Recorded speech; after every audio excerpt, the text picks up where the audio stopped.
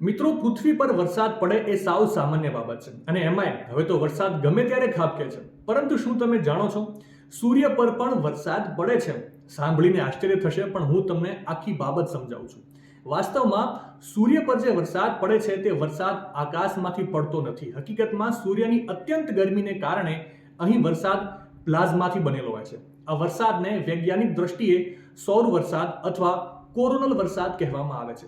સૂર્યના બાહ્ય સ્તરને કોરોના કહેવામાં આવે છે. આ બાહ્ય સ્તર ખૂબ જ ગરમ હોય છે અને જેનું તાપમાન આશરે 7 લાખ ડિગ્રી સેલ્સિયસ સુધી પહોંચી જાય છે, જે ખૂબ જ ઊંચું તાપમાન કહેવાય છે. પરંતુ જેમ જેમ ચુંબકીય ક્ષેત્ર બદલાય છે તેમ તેમ કેટલાક વરસાદી વાયુઓ હવામાં ભળી જાય છે અને પાછળથી જ્યારે આ વાયુઓ ઠંડા થાય છે ત્યારે તે ગાઢ પ્લાઝમા બની જાય છે અને પછી કણોમાં ફેરવાઈ જાય છે. આ કણો ભારે હોવાથી ઉપરની તરફ જવાને બદલે એ નીચે પડે છે.